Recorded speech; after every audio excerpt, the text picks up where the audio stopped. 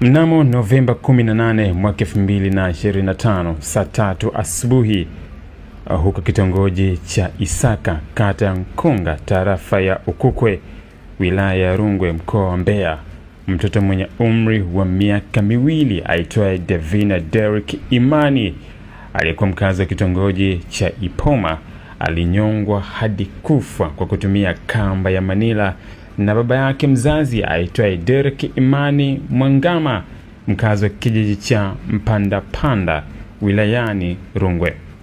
Awali, kabla tukio, baba mzazi wa mtoto huyo alikwenda nyumbani kwa mama mzazi wa mtoto aitwaye Violet Edward, mkazi wa Isaka,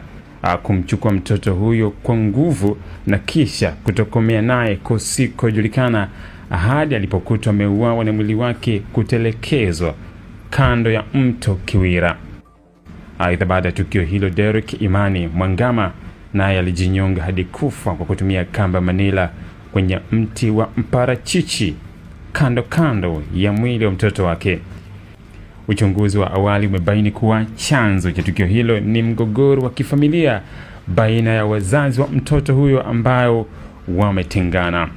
Jeshi la polisi mkoa wa Mbeya linatoa wito kwa wazazi kutotoa migogoro yao ya kifamilia kwa njia sahihi kwa kushirikiana na watu wa karibu na kukaa meza ya mazungumzo ili kupata suluhisho kwa njia ya amani na kuepusha madhara makubwa kama haya yaliyotokea.